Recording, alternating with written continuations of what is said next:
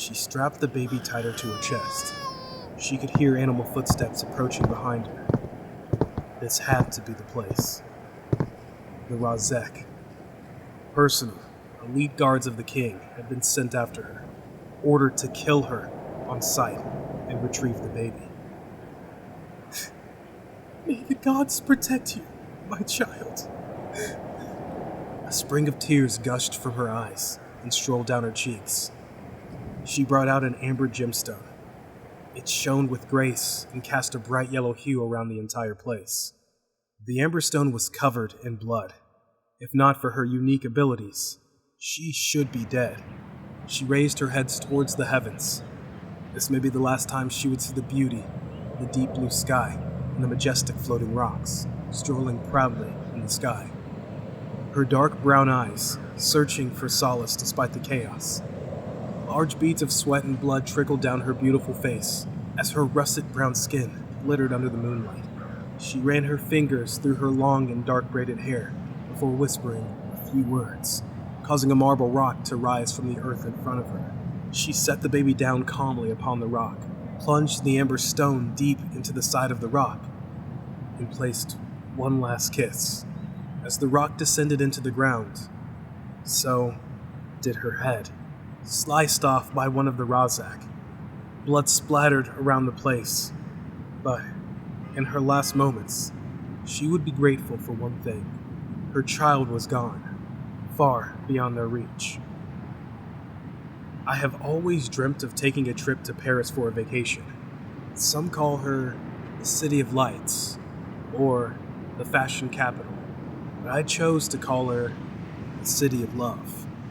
What better way to tour this city of indescribable beauty than with my heartmate, the woman whose smile makes my heart beat faster. Kate and I will be tying the knot in a few weeks. I couldn't wait to become one with my best friends. 10 years have passed since we danced together in high school, and our love has not aged a single day. I stood on the balcony of the famed Hotel de la Montpiquet, admiring the beauty of such a wonderful place. The stars in the sky shone with confidence as the scent of different French cuisines invaded my nostrils. It had been a long flight from Sunderland. I needed some rest. Henry, get back in bed. It's cold outside. Kate is the most beautiful woman I've ever met. She looked like an angel from another world. I was indeed the luckiest man on earth to have met her. She had natural deep blue eyes that shone against her ebony skin. That was a rare type of beauty. She caught me staring at her and adjusted her red silk nightdress, revealing the smoothness of her perfect and spotless thighs. Whenever she looked at me, I felt a surge of electricity coursing through my body. I strolled to the bed and lay beside her. This is going to be a long night. Henry, don't forget that we have ice skating in the morning. She laughed. Skating can always wait. I ran my hands down her thighs and hugged her from behind as she chucked loudly. It was going to be a long night indeed. Henry, wake up! That was my early morning alarm. My eyes shot open. It was Kate. She was already dressed up for skating. I grumbled under my breath and jumped out of bed. It had been an adventurous night, but the fun was just beginning. We grabbed our skating shoes and rushed out of the hotel. The winter cold had reached its apex. We could spot the famous Tour Eiffel in the distance despite the heavy snow. That was our destination. One of the most well-known ice skating spots in Paris was situated right in front of the Eiffel Tower. I could see the ecstasy on Kate's face as we strolled further toward the site. Tourists moved around the entire city of Paris, stopping at intervals to take photographs or grab a French snack. It was a few days to Christmas, and the entire city was alive. Beautiful lights illuminated the streets. Couples laughed and danced to different Christmas songs. It was a wonderful and memorable sight. You hungry? I smiled at Kate. No, Henry, let's skate first. Yes, my lady. We soon arrived at our destination, strapped on our skating shoes, and jumped on the ice, skating and dancing along to various beautiful songs. The cold air howled loudly, causing Kate's long braided hair to dance too. Henry, what's that sound? What sound? I asked curiously, glancing around. I can hear my name. Someone's calling me. Kate, What are you talking about? I was beginning to get uneasy with a concerned look on her face. She looked behind her as if she was attempting to answer a call when she lost her footing. She spun around for a moment before crashing into a small chunk of ice, massed under a pile of snow. "Kate!" I yelled and rushed towards her. "You're bleeding, Kate. I need to get you to the hospital right now." She had hit her head on the ice. "It's nothing, Henry," she said as she raised her head from the ice. A blinding light illuminated the entire place. Something was trapped under the chunk of ice. I instantly grabbed the lunk of ice and smashed it continuously in the snow, until an amber gemstone dropped out of it. Kate suddenly jerked back in shock. I've seen this gem many times in my dream." Her voice trembled as she spoke. I would have thought she was trying to be poetic, if not for the perplexed look on her face. I slipped the gemstone gently into my right pocket. "Come on, we need to get you back to the hotel."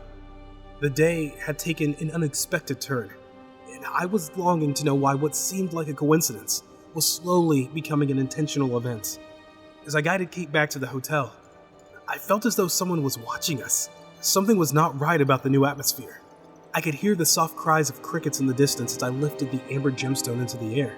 Kate emerged from the bathroom and sat next to me on the bed. "This is the only memory I have of my roots.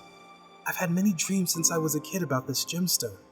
I never knew why or what it meant, so I guess that it was just a dream, but this changes everything." "Kate, look." I pointed at the wall.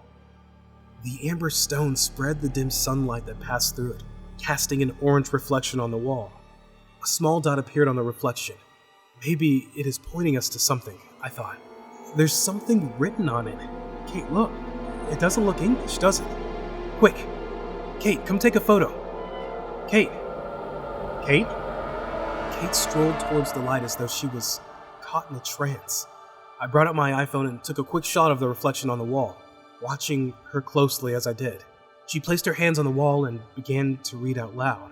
"Through sweat and blood you'll find a path. The moon and the star will speak my words. Through fire and ice you'll evade the wrath. Listen to the song of the thunderbirds." How can you read this, Kate? What language is this? I don't know. Kate stammered. "I don't know what is going on, Henry. I just feel like it's trying to tell me something." "I don't know. Henry, I don't know." Several memories flooded Kate's thoughts, and she began to sob softly. She had told me about her rough past. Hey, it's alright. We'll get through this together," I whispered in her ears as I wrapped her in my arms. "Do you have any idea what the poem means?" I asked curiously, trying to stay calm and not to let her know how worried I actually was. She never got to answer my question. Something dropped with a loud thud behind us. We both turned in shock. Nothing. I exchanged glances with Kate. We were still trying to figure out what was happening when the light in the room suddenly went off. Kate hugged me tightly, trembling in fear. I put the gem back in my pocket and ran towards the door when an arrow wheezed past my left ear. "What the hell?" I yelled. I raised my head above my shoulder and sighted someone standing behind us. I couldn't pick out who or what it was because the lights were off. Kate turned the doorknob and we both rushed out. We bumped into another strange man who was rushing towards our room. He had a mask on. "Follow me," he yelled. He held our hands and whispered a few words, causing a blinding light to descend on us. Our attacker darted out of the room, as if sensing the new presence. But he was a bit too late. We were gone in a zap. My head was spinning badly. Kate was still with me. At least I had that. So I managed to stay calm. The light from the crescent moon, which stared at us from above, and the calm and clear dark blue sky indicated that it was night. We were definitely not in Paris anymore. The sea of sand and the dusty air. We were in a desert. Who are you? Where are we? I glanced at my watch and the time read 1:45 p.m. That was the time in Paris just a moment ago. So we were most likely in another time zone. "We don't have much time. He'll soon discover we are here. Where is the stone?" The masked man had a husky voice. He spoke with increasing urgency. I had to obey. I pulled out the stone and handed it over to him. "Raise it towards the moon. The moon and the star will speak my words." The poem must have been some sort of guide. I lifted the amber gemstone towards the sky. It glowed brightly as the light from the moon began to concentrate on the stone, casting to the ground another reflection, similar to the one we had seen earlier in the hotel. A day will come when the veil is torn between both worlds for your return. A day will come when the last firstborn of pure blood shall rise up, reborn. A sudden wave of energy exploded throughout the entire place as a whirlwind began to form in the distance. I think it's a map! Look! The dot is blinking! I think that's us, and there's another dot! I think we have to follow it. Kate didn't stop for a minute to think about what she was doing. The map was pointing towards the whirlwind, and she began to run towards it. Kate, wait! We don't even know what's going on yet! Another loud bang erupted in front of us, as Kate suddenly let out a dying scream and fell to the ground. Our attacker from the hotel was back, but this time, he was not alone. Two wolf-like creatures stood with him on both sides, and they looked like nothing I have ever seen before. Something crazy was happening, and I was lost in all of it.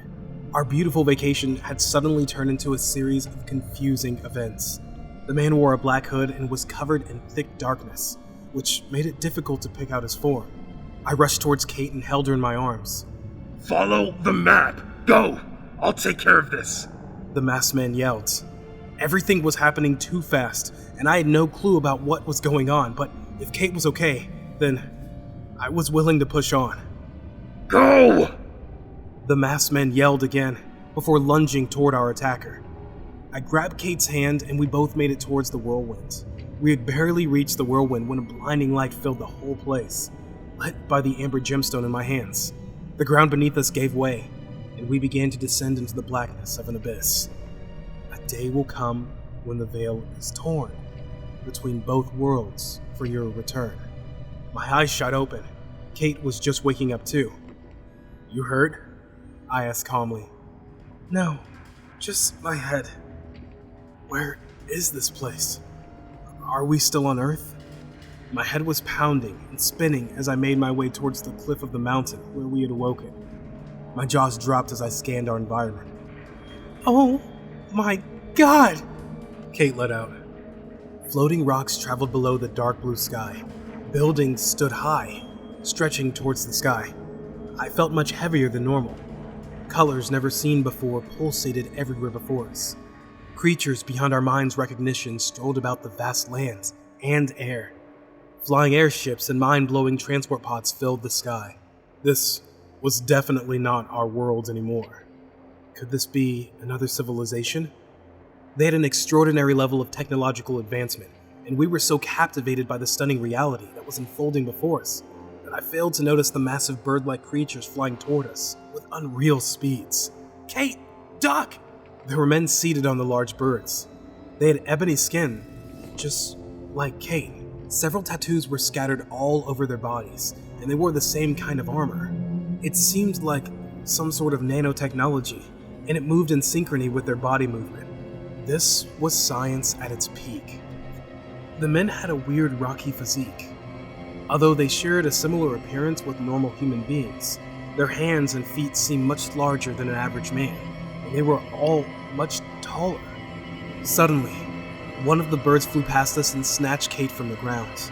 I wasn't sure what I was planning to do, but I pursued the bird and grabbed onto its feathers as it drifted off the cliff. I could hear Kate's muffled screams for help as she hung from the claws of one of the birds. A familiar figure suddenly appeared in the sky and landed on the back of the bird I was hanging onto. It was the masked man, but he seemed to be bleeding. Everything was spinning out of control, and the ferocious breeze slapped continuously against my languid face. My head appeared as though it had its own heartbeat, but I didn't care anyway. My dearest Kate was in danger, and I would do anything to keep her safe. Help! I called out to the masked man. Sparks of light lit up the dark blue sky as he engaged in combat with the man on the bird. They looked to be fighting with some sort of laser weapon. I was slowly losing grip of the feather, and the masked man didn't seem to be winning his fight either. The bird suddenly made a sharp swerve around a floating rock, throwing me off its feathers and into the air. I was descending fast. Was this the end? I thought.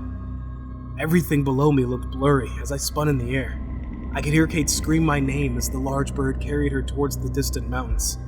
My mind was already racing around several possibilities when someone grabbed me from behind in midair.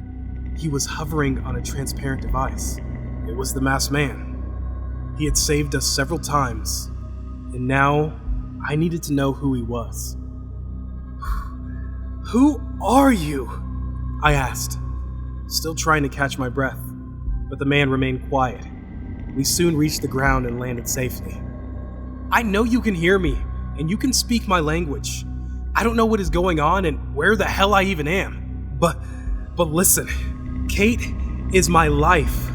I can't afford to lose her. Please, just please. Tell me what is going on." I was desperate, and the masked man could sense it. I would never forgive myself if anything happened to Kate. "Come with me." The masked man finally took off his mask, revealing his face. The ebony face, the deep blue eyes, and the dark braided hair. "No, I'm not her father, judging by that look on your face. My name is Ricard." He must have guessed what I was thinking. "But I knew her parents. Yes, she is from our worlds. Earth, not yours." I always knew there was something different about Kate, but wow, not this kind. We strolled into a settlement. There was something off about this new place. The people looked sick and most parts of their bodies seemed to be decaying. Unlike the advanced city I'd just seen, this place looked like the complete opposite. "Where is this place? How did you know we're parents?" "Her father was a great and just king. He was wise and had knowledge about the stars and the worlds beyond. He taught me most of what I know." Ricard began. "I served as his right-hand guard before this plague started. You are still on planet Earth, just a different plane and dimension. This place is called Hollow Earth, and it is probably 1/10 lesser in size than the Earth. Only a few of our people know about your worlds. My king was a creator. He discovered most of the technology you see in our world today, including the Great Sphere. The sphere is a highly complex biological technology. It could modify our genes, birthing several advanced abilities. He experimented on the people. For some, it worked, earning them the name Purebloods. But the sphere, however, was not effective for everyone. My king's brother was one of the unfortunate ones. The sphere began to corrupt some of our people like a disease, and despite all of his efforts to find a cure, the only thing that seemed to give a temporary cure was the blood of those who had not been affected. The Purebloods. His brother soon grew mad with hate, killed my king, and seized the throne which he still seats on today." Ricard continued to narrate his tale as we strolled past a few of the people who were corrupted by the plague. They seemed weak and helpless. Ricard was heading towards a large war aircraft. Dozens of men, prepared for combat, awaited him in front of the aircraft. "Okay, I'm sorry. What role does Kate play in all of this? What are you planning to do?" "The people are tired. A permanent cure was discovered soon after my king's death. But it came at a heavy price. The blood of the royal purebloods was discovered to permanently cure the plague. Most of them agreed to help eradicate the plague, but the king had other plans." Ricard started. "Oh, so why isn't everyone cured yet?" I interrupted. "Well, the king is cured. He wanted to retain power, so he hunted down the purebloods and forced them to hide in the shadows. Kate's mother, the queen, was the last pureblood to be killed, but that was just after she sent Kate into your realm, away from the king. He sends out just enough of the cure to keep those affected temporarily healed, but the poor cannot afford it, and so they are banished from the kingdom and left to die out here. Kate is the last royal pureblood, and a prophecy was told of her return. The day when the veil is torn between both worlds. I have awaited this day, but so has the king. The man I fought in your world is the king's emissary. He was sent to retrieve the princess from your worlds. What? Is he dead? My heart was racing as I listened to Rakad's tale. From the sounds of it, Kate was in grave danger. I'm afraid not, Rakad softly replied. If he kills the princess, then all hope is lost. The king knows that if the people are permanently cured, he would no longer pose as a god. The entire kingdom will rise up against him. But as long as he holds the cure, he is untouchable. The purebloods would have loved to help when they were alive, but a cure can only be created by the sphere, and it's in the king's holds. We have friends inside the castle. We must save the princess at all cost. It's now or never. I nodded in agreement. It's not like I had much of a choice anyways. A few hours ago, I was having the best of fun in one of the most exquisite hotels in all of France. But right now, I was staring face to face with a revolution in another world, in another dimension. This was crazy, but it felt too real to be a dream. I jumped on the aircraft and Rakad gave me a small ball. Somebody! Place it on Anybody, your chest. Help! I collected the device and did as he said. The ball let out a small pulse and began to wrap me in some sort of armor up to my neck region. I could feel the aircraft rise into the air and blast away. I couldn't believe I was actually marching into war. The invasion of the castle began from the inside. The Razek were the most lethal force in all of Hollow Earth, and they were protecting the king at all cost. We'd infiltrated the castle, and war had broken out. I could hear the cries of several men outside the castle, followed by loud explosions which made the ground tremble. I need to find Kate! I shouted to Rakad, amongst the chaos that surrounded us. Follow me! He must have begun the experiment. I know where he will be. We made our way past several passages, and Rakad took down several guards on our way. Rakad served as the right-hand guard of Kate's father, so he knew the secret room where the king would most likely carry out the experiment. We soon reached the door and stormed in. Henry! Kate's voice echoed throughout the empty room. Kate was bound on a chair beside the king, who was surrounded by over a dozen of his Razek. The Great Sphere was much larger than I had envisioned. It was a massive, technological masterpiece of almost 15 feet. Let her go, I declared angrily. The king didn't seem threatened by our presence. There was something obviously much larger than we had thought going on. A large portal suddenly appeared in front of us, followed by a loud explosion. The king had just blown up the sphere. Several of our men joined us in the room, but the Razek were also unfazed. One of the Razek aimed his weapon at Kate.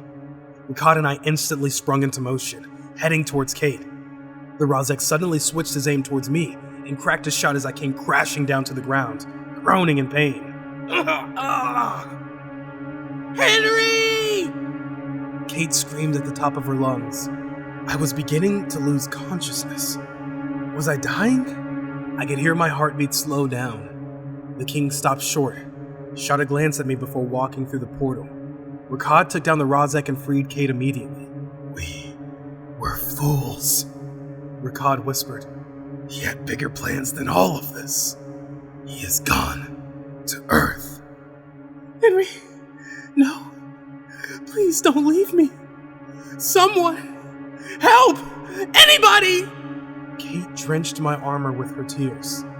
Several men gathered around me, lifting me on their shoulders, and carried me quickly out of the room. Darkness soon began to flood my entire being, leaving me no choice but to succumb to unconsciousness.